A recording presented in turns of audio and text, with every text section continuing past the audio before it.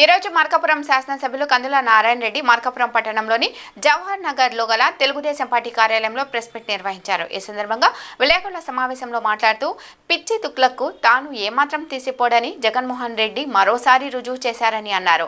తాను పెంచిన విద్యుత్ ఛార్జీల మీద తన పార్టీ నాయకులతో తానే ధర్నా చేయించడం దుర్మార్గమని 2019లో తెలుగుదేశం పార్టీ అధికారం కోల్పోయే నాటికి రాష్ట్రాన్ని మిగులు విద్యుత్ రాష్ట్రంగా జగన్మోహన్ రెడ్డికి అప్పగిస్తే 5 ఏళ్లలో అనాలోచిత నిర్ణయాలతో రాష్ట్రాన్ని అధోగతి పాలు చేశాడని మండిపడ్డారు.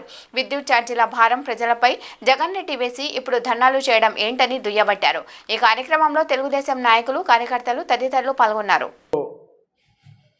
ఎంతో ఆదాయ వనరులుగా ఉన్నటువంటి విద్యుత్ రంగాన్ని నాశనం చేసింది కాకుండా మళ్ళా విద్యుత్ రంగాన్ని మీరేదో ఉద్ధరించిన వాళ్ళ మాదిరిగా మేమేదో మా ప్రభుత్వం ఏదో విద్యుత్ రంగాన్ని కుదేళ్లకు పాలు చేసిన విధంగా మీరు రోడ్డెక్కారు. మీకు ఏడ సిగ్గు లేదని నేను అడుగుతా ఉన్నా. ఒక పిచ్చి తుగ్లక్ పరిపాలన మరిపించారు లాస్ట్ 5 సంవత్సరాలు.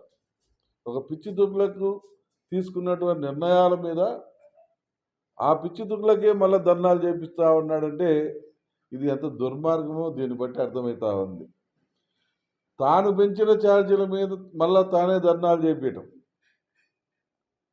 ఈ ప్రభుత్వంలో ఏమైనా ఛార్జీలు పెంచామా? ఏ ప్రభుత్వంలో పెంచారు? అసలు ఈ రాష్ట్రం 2014-19లో మా ప్రభుత్వం దిగిపోయే నాటికి ఈ రాష్ట్రానికి మిగులు విద్యుత్ ఉంది. అటువంటి మిగులు విద్యుత్ని ఏం చెప్తారు? వీటన్నిటికి సమాధానం చెప్పాలి మీరు. ఈ ప్రజలకు ఏదైతే రోడ్లెక్కి మీరు ధర్నాలు చేశారో, ఏదైతే రోడ్లెక్కి అన్యాయం జరిగిందని చెప్తున్నారో, మేము అడిగిన ఈ ప్రశ్నలకు సమాధానం చెప్పమని చెప్పి మాత్రం మేము డిమాండ్ చేస్తూ ఉన్నాం. ఎంతకాలం మోసం చేస్తారయ్యా? వెలుగొండ ప్రాజెక్టు పూర్తి చేసినామని చెప్పి శిలాఫలకం వేసుకొని పోయింది. మీకు ఎక్కడా సిగ్గు లేదయ్యా?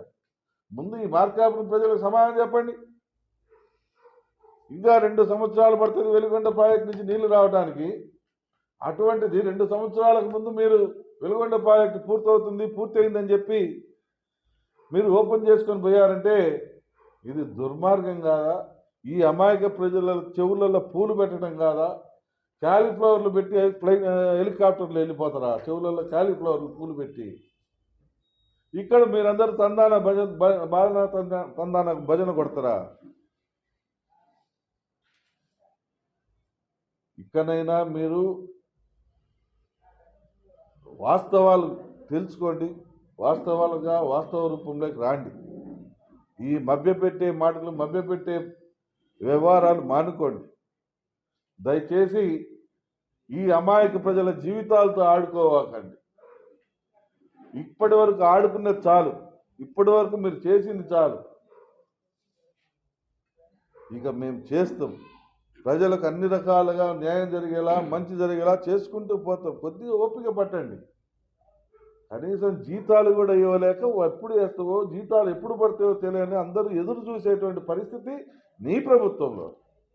అటువంటిది 1వ తారీఖు, 31వ తారీఖు, 30వ తారీఖు, 31వ తారీఖు, 1వ తారీఖు ఈ 3 రోజుల్లో ఏ రోజు ముందు వస్తే ఆ రోజుకి నెల పెన్షన్లు కానీ, జీతాలు కానీ వేస్తున్న ప్రభుత్వం మాది. మొగసిరిగా మేము చెప్పుకుంటున్నాం.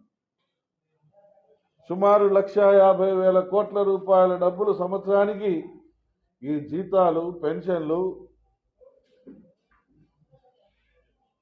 వీటి రూపంలో ఆదాయ వనరులుగా సమకూర్చి ముందు 1వ తారీఖు నాటికి అన్నీ సమకూర్చేటువంటి బాధ్యత ఈ ప్రభుత్వం చేస్తూ ఉంది. పెట్టుబడుల వరద వస్తుంది, చూస్తే తట్టుకోలేరు, వరదల్లో కొట్టుకొని పోతారు. కొద్దిగా ఓపిక పట్టండి. ఆ వరద రాకుండా అడ్డుకట్ట వేసేదానికే మీరు ఈ దుర్మార్గంగా విద్యుత్ ఛార్జీలు వంకబెట్టి ధర్నాలు చేస్తూ ఉన్నారు. అంటే ఈ రాష్ట్రాన్ని ఇంకా అధపాతాళంలోకి తొక్కాలని.